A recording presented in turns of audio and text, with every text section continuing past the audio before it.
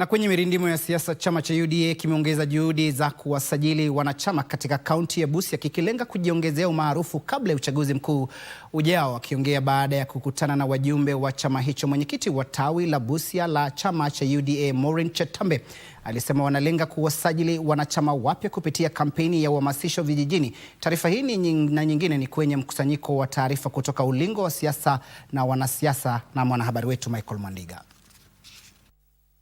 Maafisa wa chama cha UDA wanasema mpango huu wa kutafuta umaarufu mashinani ni nguzo ya kupanua uwepo wa chama hicho katika kaunti hiyo ambayo huchukuliwa kuwa ngome ya upinzani. Na sisi tumekubaliana ya kwamba tutarudi mashinani na tuhakikisha kwamba tunaendelea kurecruit members wetu wa chama, na tutasensitize kuhakikisha kwamba kila mmoja amejua ya kwamba umuhimu ya kupigia William Samoei Ruto kura kwa mara ya pili. We are preaching unity so that sisi tufanye kazi kama we are saying we want you on ground. Tunataka tukiongea lugha ya chama cha UDA tunaongea kama nyumba. Haya yakijiri, waziri wa utumishi wa umma Geoffrey Ruku ametoa wito kwa wazee wa jamii ya Gikuyu Kiama kujitenga na kile anachotaja kuwa ubaguzi wa kijamii unaoenezwa aliyekuwa naibu rais Rigathi Gachagua.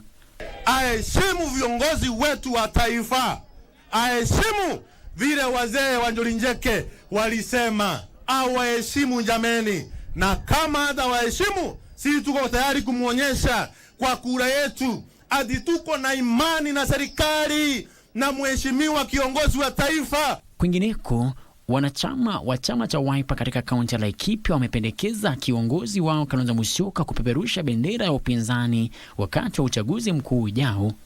Walisema Kalonzo ana uzoefu wa kutosha kuliongoza taifa hili.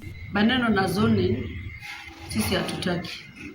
Tunataka vyama vyote ambavyo ni vya United Opposition wasimamishe candidate zao ili angalau tuweze kupigana tukiwa wengi. Kwa hivyo tunawahimiza aspirant wote ambao wangetaka kusimama katika tiketi ya Wiper, muje, huu ndio wakati, na party leader ametuansure ya kwamba all the aspirant ya kwamba tutakuwa na free and fair nomination katika uchaguzi ambao unakuja. Naye naibu kiongozi wa chama cha DCP Cleophas Manana amesema eneo la magharibi ya nchi liko kwenye nafasi nzuri ya kushawishi matokeo ya uchaguzi mkuu ujao. Jamii ya Waluya, and today this is my message, kwamba hatuwezi kuwa rais bila kuwa na uhusiano na majamii zingine.